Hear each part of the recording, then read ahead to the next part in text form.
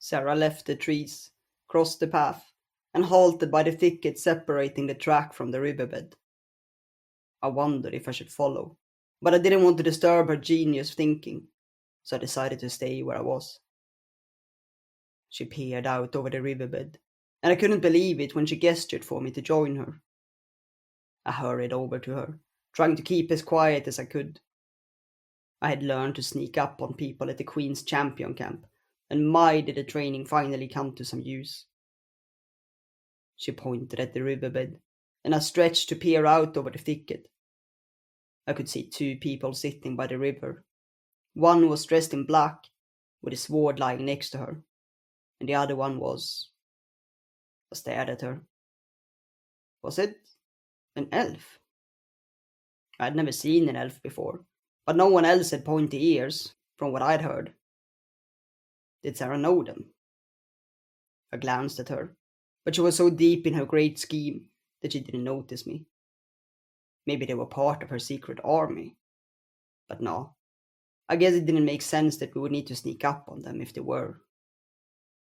I didn't have time to ask her about it though, because she gestured for me to stay, and stepped out from our hiding place and halted not far from them. It gladdens my heart to see that the river has spared you, my child. So she did know them. Both of them turned when Sara spoke, and the elf stared at her in surprise. The other girl, though, grabbed her sword and cried, "Bastard! You will die!" She leaped up, held out her sword, and raised her other hand. What was she doing? Didn't you know who Sara was? "No, Cat, don't!" The elf girl scrambled up and took hold of her arm, but the girl in black shook her off. I stared at them. Had the elf said cat? Wasn't that the Queen's whip? She was really dangerous. I glanced at Sara, but she just watched them without even blinking. Had she known all along that it was the whip sitting on the riverbank? But if so, why would she have decided to talk to them? "You will pay for what you did to her," the girl cried. She crouched down, and sparks shot from the palm of her hand, but Sara only smiled at her. I didn't understand anything. Why was the whip here? And with an elf? I couldn't believe Sara was just standing there, not even raising her fire to fight. Had Sara done something to the elf? But she would never hurt anyone. "And so you have seen through the lies of the Queen, Cat. It brings joy to my heart." Sara stepped closer, still not even preparing to fight. Seen through her lies? What did that mean? Had the whip deserted? Is that why she was hanging out with an elf? But if the whip had deserted, why was she attacking Sara? Weren't they on the same side then? I didn't have time to ponder it though, because the girl flicked her wrist, and the lightning bolt blasted from her hand, but Sara sidestepped it without blinking. My, was I watching a battle between the Queen's whip and Sara? "Cat, don't!" The elf girl threw herself onto her, and Cat stumbled. Sara stepped closer, and I almost wanted to shout at her to be careful. "You do not want to cause Silvi more harm, do you, Cat? You must know the pain she has suffered, seeing the death and destruction in the Queen's wake. Is it your wish to bring more upon her?" The girl glared at her, but Sara only continued, as if it weren't the Queen's most deadly weapon standing in front of her. I couldn't believe how brave she was. "No, I do not believe it is in your heart to do so. You do not want to cause her more grief. It was you who hurt her." "I have made mistakes. To that I admit.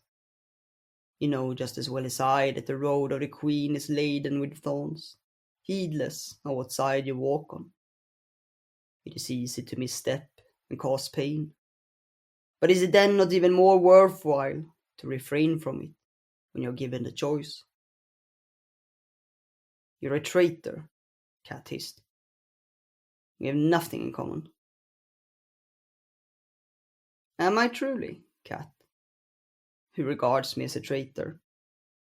The villagers fighting for their lives as the Queen's soldiers descend on them? No, I am no traitor among the farmers. Only the Queen marks me as one. Sara stepped closer, and I grabbed hold of a rock and squeezed it until my knuckles went white. She was really talking to the whip as if she didn't have a care in the world. Anyone else would have been dead by now. You hold the elf dear. I can see it. Sparks shot from Cat's palm as Sara said it, but she didn't fire this time. Would I need to go in if she attacked? But I wouldn't stand a chance against the whip. But Sara didn't seem to worry about it, because she continued. You can walk with Silvi. Stay by her side. I will not follow you.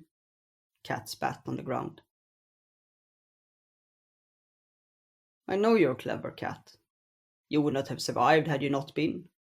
So tell me, where will you go? Your reputation will fly before you, and you will have no villagers daring to take you in. Wait, was Sara trying to get Cat to join her? Was that what was happening? Would a whip walk next to Sara? It seemed like it, because Sara continued. The winter is harsh. You know that too. Staying in the forest by yourself. Even if you do survive, what will happen when the soldiers find you? They will not take your regress lightly. She's right, the elf girl pleaded. Listen to her. The elf knows it. She does not want you to bring harm upon yourself. Can you not see the truth in her words? Cat glanced at the elf. So the whip had deserted the queen and found an elf friend, and now Sara tried to convince her to join her cause. Had Sara known that the whip had done it? Is that why she stepped out to talk to them? You do not have to hold me close to your heart. Let the hatred for the queen guide your actions. You will have a chance to strike at the core of her. You will see her bleed, withering in agony. Is that not what you dream of, Cat? Is that not the images that follow you into sleep? She stepped closer. You can choose another road. One that was destined for you once you saw through the lies of the queen. Her life can lie in your hands, should you choose it. Oh my, I couldn't believe she was trying to get the whip to join her cause. What if she said yes? Sara halted, watching Cat for a moment before she continued. You can walk this land far and wide and never find a better chance to fulfill it. I have shelter to offer at friendly places where you would be welcome and your past would not matter. Is that not what you wish for? Cat, do it! The elf girl pleaded. We can stay together that way. Cat kicked a stone, but I saw her lowering her arm. Don't think I will like you, horse. The elf girl ran up to her, taking her hand. A wise choice, Cat, Sara concluded. I stared at them as they made their way up onto the path. Had Sara just convinced the whip, Cat, to join her cause? The queen would be obliterated in moments with her on our side. I'd never seen the whip, only heard of her in tales told to make children obey their parents. But boy was she powerful. I couldn't believe I watched history being made before my eyes. Sara gestured for me to come, and I left the hiding spot and walked up to her. Meet Kim from the Queen's champion camp, she said, as the elf girl and the cat came up to her.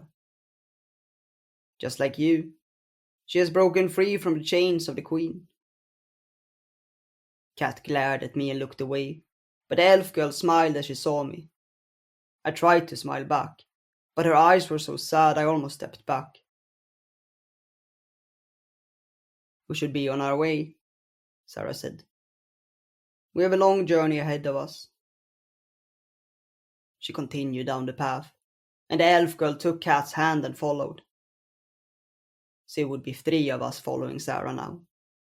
Maybe this was the beginning of the secret army that Sara would build after all.